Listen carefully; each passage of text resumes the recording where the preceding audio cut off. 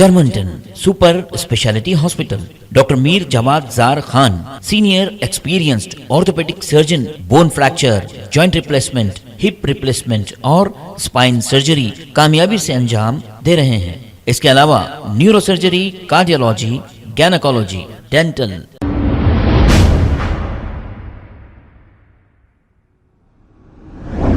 अस्सलाम वालेकुम नाजरीन, 7H न्यूज सच को रखे आपके आगे। और बड़े हैरत और शर्म की बात है कि कुछ ऐसे हमारे फेसबुक के पेजेस है जो अपने आप को सो कॉल्ड जर्नलिस्ट बोलते हैं, कुछ यूट्यूबर्स है, ये स्कूल्स का प्रमोशन करते हैं। लोग ये स्कूल्स का इतना ज्यादा प्रमोशन करते हैं कि उन्होंने 200 बच्चों को हाफिज बना रहे हैं, उन्होंने 50 बच्चों को खून दिला रहे हैं, उन्होंने वैसा कर रहे हैं। मैं कल से लेकर अब तक देख रहा हूं कि एक बच्चे की मार के टीचर आंख फोड़ दी, उनके न्यूज कवरेज नहीं है। बड़े शर्म की बात है और हैरत की बात है ये। और it is against the ethics of journalism. Journalist क्या है? सीधा सीधा फेर फेर बात करना। मेरे से भी कई ताल्लुकात है स्कूल वालों के, एमएस वालों से भी ताल्लुकात है, आपके सक्सेस द स्कूल वालों से भी। लेकिन जहां पर उसूलों की बात आती, जहां पर ये बात हक की आती, वहां पर आप हक की बात करना चाहिए। लेकिन आप कोई भी स्कूल में जाइए, प्राइवेट स्कूल जो है मुर्गियों के खुलाड़े बने हुए हैं आज की तारीख में। कचरा कुंडी से बदतर हालत है। ना कहीं कोई प्लेग्राउंड है कोई स्कूल का, ना कोई फायर का वो है, ना कहीं सही सीसीटीवी कैमरा है। अस्सलाम वालेकुम, मैं अमजदुल्लाह खान, स्पोक्समैन एमबीटी। आज आपके दरमियान में आने की बहुत अहम एक वजह यह है कि जैसा कि आप लोग जानते हैं कि पिछले यानी 10 दिन के नीचे 2 वाक़यात ऐसे पेश आए। सबसे पहले एक मोहम्मद आहिल, जो हमारे मेहदीपट्टनम या टोली चौकी पे रहने वाला एक लड़का जो है, टैलेंट एक success the school, Mohammed Aahil 5 years, success the school Toli Chowki branch में। ये लड़का जो है फतेह मैदान स्टेडियम में एक वहाँ पर फंक्शन हो रहा था, स्पोर्ट्स डे फंक्शन में। वहाँ पर जो है बच्चा एक सम में गिर के मर गया। ये वाकया होके तकरीबन कई दिन हो गए।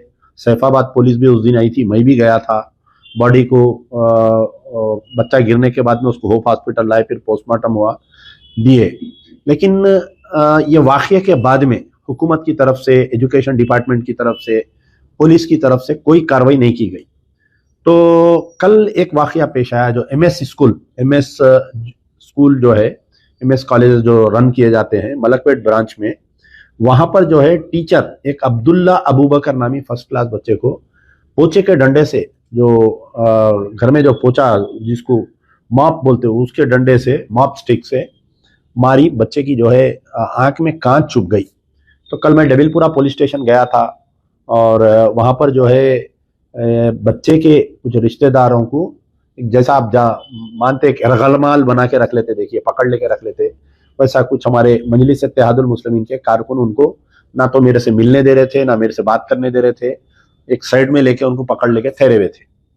तो कल आप देखे होंगे कि मैं जाने के बाद में शाम में 6 बजे जो है अहमद बलालावी हॉस्पिटल आपके डबिलपुरा पुलिस स्टेशन को आए और उनके चाचा जो है बेचारे बयान में अहमद बलाला का शुक्रिया अदा कर रहे हैं। तो यहाँ पर देखिए कल ये वाकया पेश हुआ, डबिलपुरा पुलिस स्टेशन में एक FIR इश्यू हुआ, लेकिन अभी तक भी ये वाकया पेश होकर 24 आवर्स होने को आ रहा है। पुलिस की तरफ से या एजुकेशन डिपार्टमेंट की तरफ से कोई एक्शन नहीं लिया जा रहा है। मुझे ये जो प्राइवेट स्कूल के मैनेजमेंट से कोई ऐसी जाती दुश्मनी नहीं है, लेकिन मैं ये बोल रहा हूं कि आप जब इतने हाई फीसेस ले रहे हैं, यानी एक लड़का अगर 1 महीने की फीस नहीं दिया तो उसको धूप में ठहरा देते हैं, उसके पेरेंट्स को बुला के आप जलील कर दे रहे हैं। आप अपनी जाती publicity, management of private schools की जाती पब्लिसिटी में उम्रे को भेज रहे हैं टीचरों को, हज को भेज रहे हैं टीचरों को, आप लकी ड्रा करके जो है रमजान का पैकेज बोल के दे रही, यानी अपने बिजनेस को डेवलप करने के लिए हर वो कोशिश कर रहे हैं आप। लेकिन आप कोई भी स्कूल में जाइए, प्राइवेट स्कूल जो है मुर्गियों के खुलाड़े बने हुए हैं आज की तारीख में। कचरा कुंडी से बदतर हालत है। ना कहीं कोई प्लेग्राउंड है कोई स्कूल का, ना कोई फायर का वो है, ना कहीं सही सीसीटीवी कैमरा है। तो आपको याद मैं ये दिलाना चाह रहा हूँ कि कुछ दिन पहले अजान स्कूल का एक वाकया पेश आया था। वो केस में भी जो है कुछ सियासी जमात के लोग मिलके उसको दबा दिए केस को। ये केस का भी जो सक्सेस स्कूल का हुआ, आज मुझे ये मालूम हुआ है कि उसके पेरेंट्स को डरा धमका के बच्चा, जो मरहूम बच्चा है मोहम्मद आहिल के, उसमें भी जो है एक MLA साहब बहुत बढ़ चढ़ कर हिस्सा ले रहे हैं और वो केस को भी दबा देंगे। सेम एज इट इज जो है ये केस को भी जो एमएससी स्कूल का है, यहाँ के मुकामी एमएलए तो आए, बड़े बड़े बातें करे, लेकिन आज 24 घंटे हो गया, अभी तक कोई गिरफ्तारी नहीं हुई, कोई वो नहीं हुआ।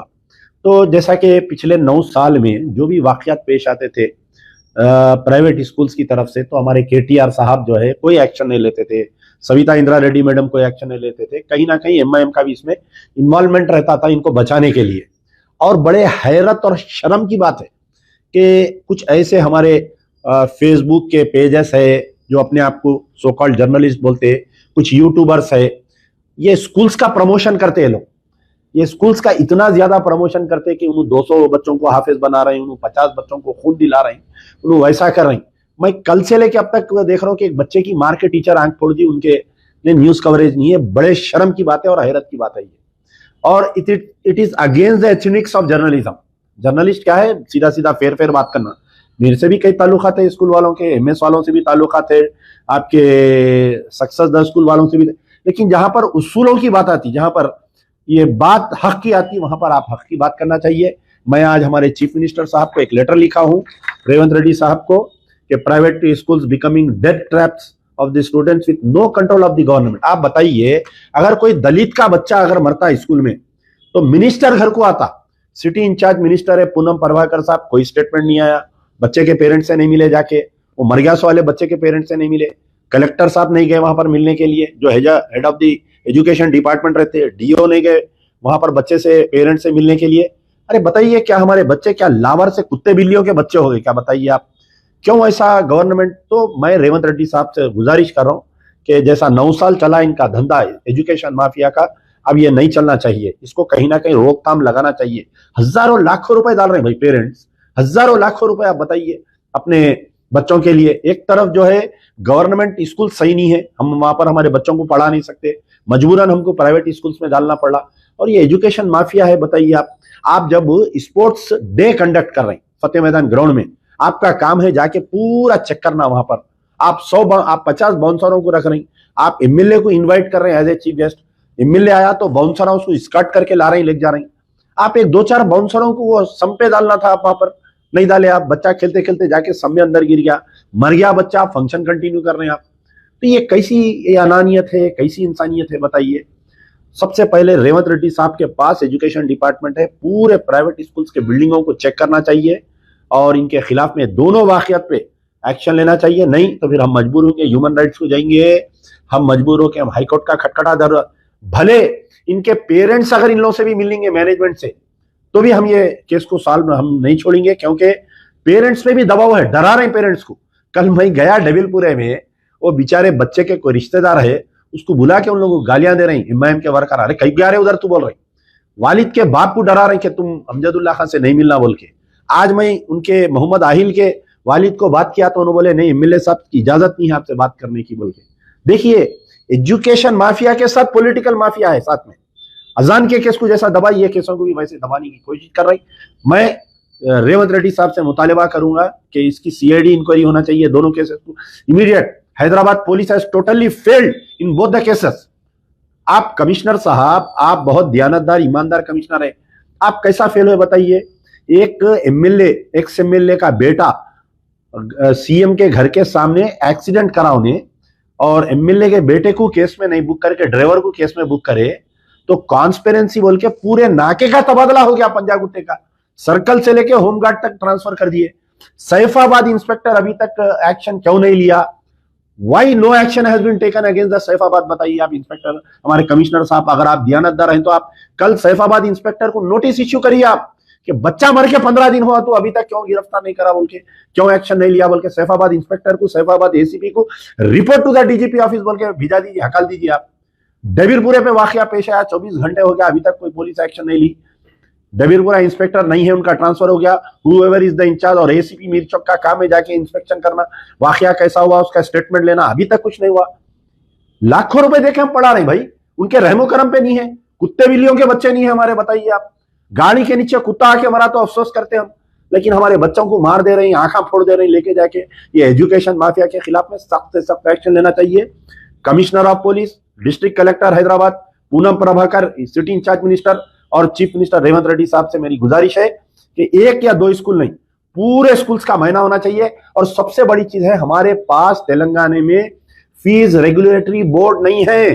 कौन से स्कूल में कितनी फीस होना, मनमानी फीस लगा रही। दूसरे स्टेट्स में आप जाके दिल्ली में देखिए, आप जाके कर्नाटका में देखिए, there is a fee regulatory board. कौन से स्कूल में कितनी फीस रखना है, ये बोर्ड कंट्रोल करता है। ये बोर्ड कंट्रोल करना चाहिए। आप देखिए, कल तक ये लोग आंग में पहनने को सही कपड़े नहीं थे, जाती गाड़ी नहीं थी। आज एक एक आदमी जो है 50-50, 100-100 करोड़ का मालिक हो गया स्कूल डाल के। एजुकेशन माफिया को कंट्रोल करना चाहिए। मोहम्मद आहिल की मौता की सीआईडी इंक्वायरी होना चाहिए, और जो अबू बकर की आंख फूटी है इसके ऊपर भी इंक्वायरी होना चाहिए। यार जिंदा सोबत बाकी।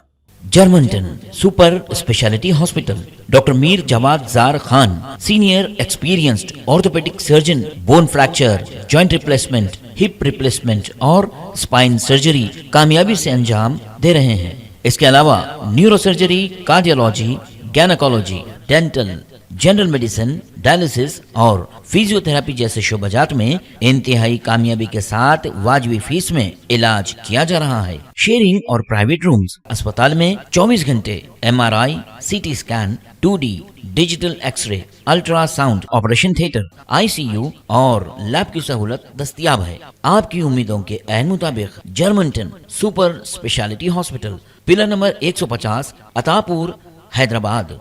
खबर है शहर की, खबर है गाँव की, खबर है सारी दुनिया की। 7H न्यूज पसंद आए तो लाइक कीजिए, शेयर कीजिए और सब्सक्राइब करना ना भूलें। 7H news.